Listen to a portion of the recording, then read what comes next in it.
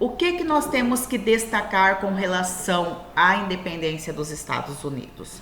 Bom, nós temos que lembrar que a Inglaterra, né, a região da América que hoje forma os Estados Unidos, eram colônias inglesas.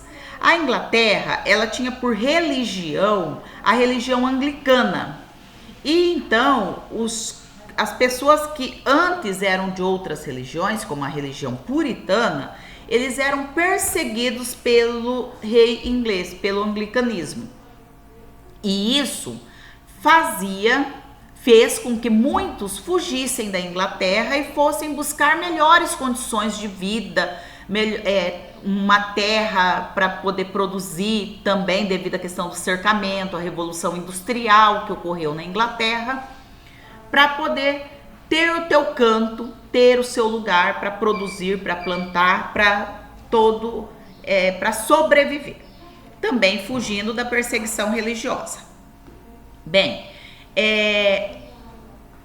vieram para a América, deviam satisfação para a Inglaterra, mas buscavam trazer, né, ter melhores condições, ter uma autonomia política, uma prosperidade econômica. Eles queriam ser independentes, ter a sua própria identidade, não serem ingleses fora da Inglaterra.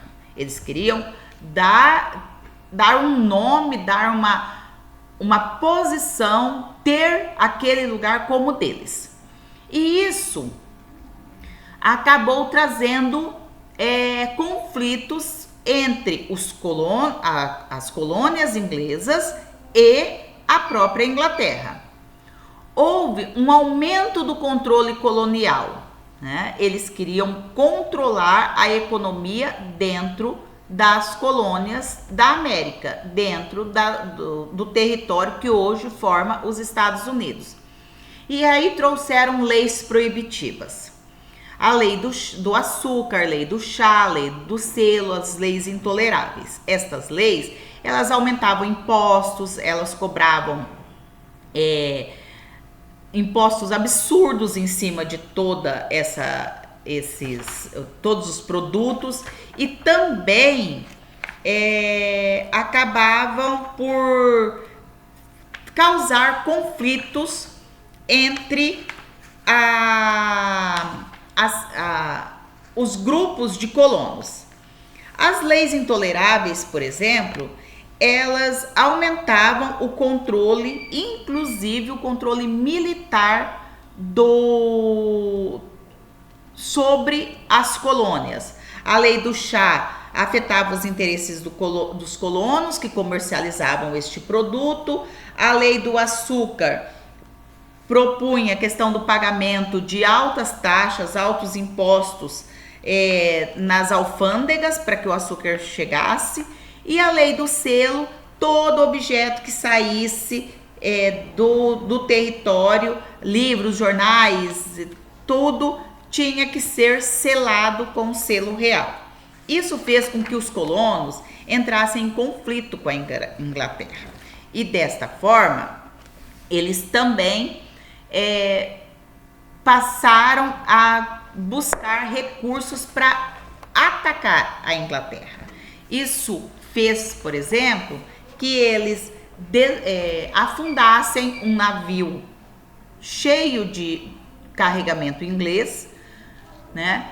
E a Inglaterra acaba por querer cobrar todos estes impostos, né? Todo o prejuízo dos colonos ingleses.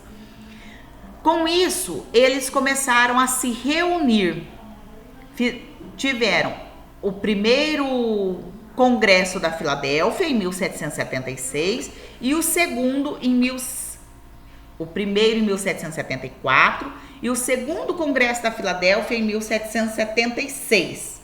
Dessa forma, eles fizeram, né, escreveram a Declaração de Independência dos Estados Unidos em 1776, e esta declaração ela foi promulgada, né, foi assinada em 4 de julho de 1776.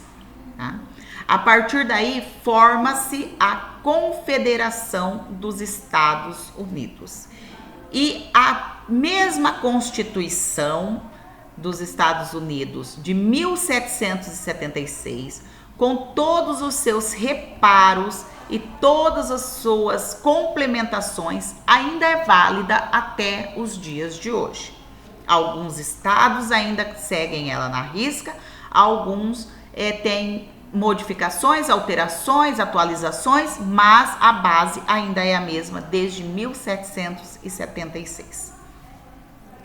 As consequências deste processo de independência foi o Tratado de Paris, em 1783, onde a Inglaterra reconhece a independência americana, ou seja, 7 anos depois somente que a Inglaterra veio a reconhecer, e a Constituição dos Estados Unidos, que foi realmente oficializada em 1787, com uma proposta federalista, uma república presidencialista, ou seja, passou a ter um presidente, uma proposta federalista, que significa que a federação ela é inquestionável, a liberdades individuais, a adoção do tripartite do poder, né, divisão do poder em 3 partes, mas essa Constituição ainda manteve a escravidão. A escravidão permaneceu nos Estados Unidos por mais um período, né? E ela só veio a ocorrer a abolição no século XIX, final do século XIX, ok? Com isso, nós temos o processo da independência dos Estados Unidos. E essa básica explicação, juntamente com a leitura do conteúdo do livro que nós temos como material de apoio, né, vai fazer com que a gente entenda melhor as causas, as consequências, o processo de independência dos Estados Unidos.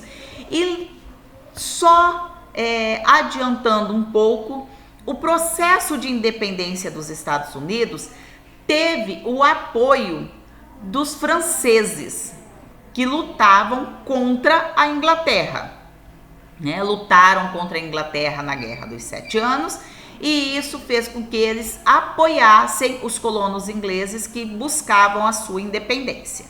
Desta forma, a Inglaterra, ela tinha, ou melhor, os Estados Unidos, né, o novo país que se formou, ele tinha o apoio de uma nação poderosa que era a França.